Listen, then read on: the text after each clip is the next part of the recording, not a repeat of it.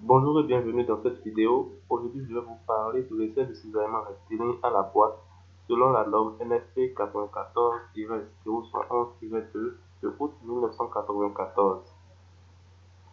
L'essai de cisaillement rectiligne à la boîte est réalisé dans des conditions drainées sur le sol fin dont le diamètre maximal des grains est inférieur ou égal à 1 mm.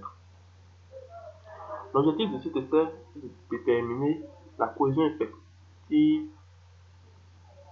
P' et l'angle de frottement interne effectif P'. Le principe de cet essai consiste à appliquer via un piston métallique un effort L constant sur la face supérieure de l'éprouvette. Produire après consolidation un cisaillement selon le plan de glissement des deux demi-boîtes. Le plan de glissement S0 que voici. Et mesurer l'effort horizontal du cisaillement T.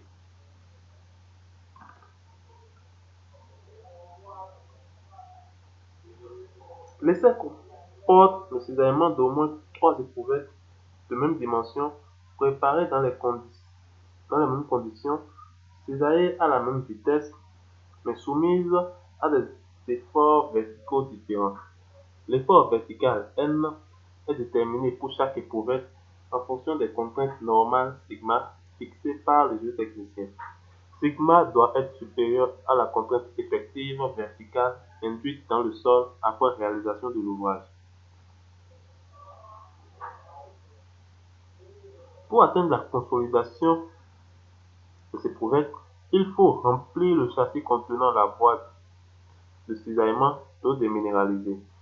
Ensuite, appliquer l'effort N et mesurer le déplacement vertical du piston en fonction du temps pendant 1 heure au moins et jusqu'à sa valeur de stabilisation. Ensuite, tracer la courbe de consolidation. Tracer une première tangente là, une seconde tangente là. Le point d'intersection de ces deux tangentes vous permet d'obtenir T100. À l'issue de la phase de consolidation, la vitesse maximale de cisaillement est déterminée par la relation suivante. Pmax est égal à 125 sur P100 avec Pmax qui doit être inférieur ou égal à 25. Je rappelle que T100 est déterminé avec la courbe de consolidation préalablement tracée.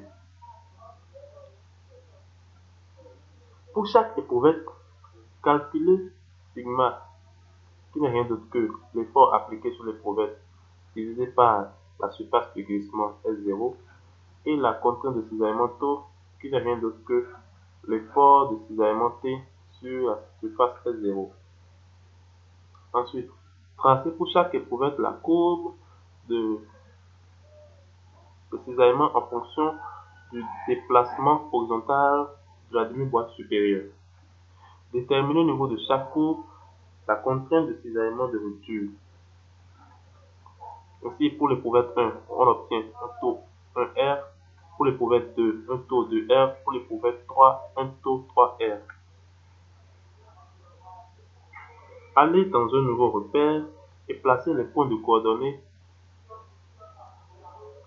x égale à sigma et y égale à la contrainte de cisaillement de rupture de chaque éprouvette.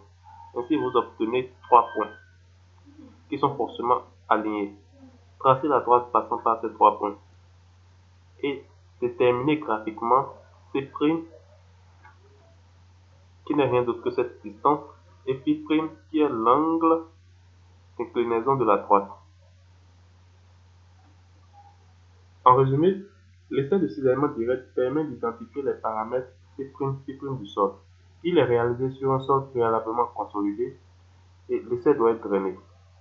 Les résultats expérimentaux permettent le tracé direct du critère de rupture de Moore-Coulomb et on identifie graphiquement la cohésion C' et Φ'.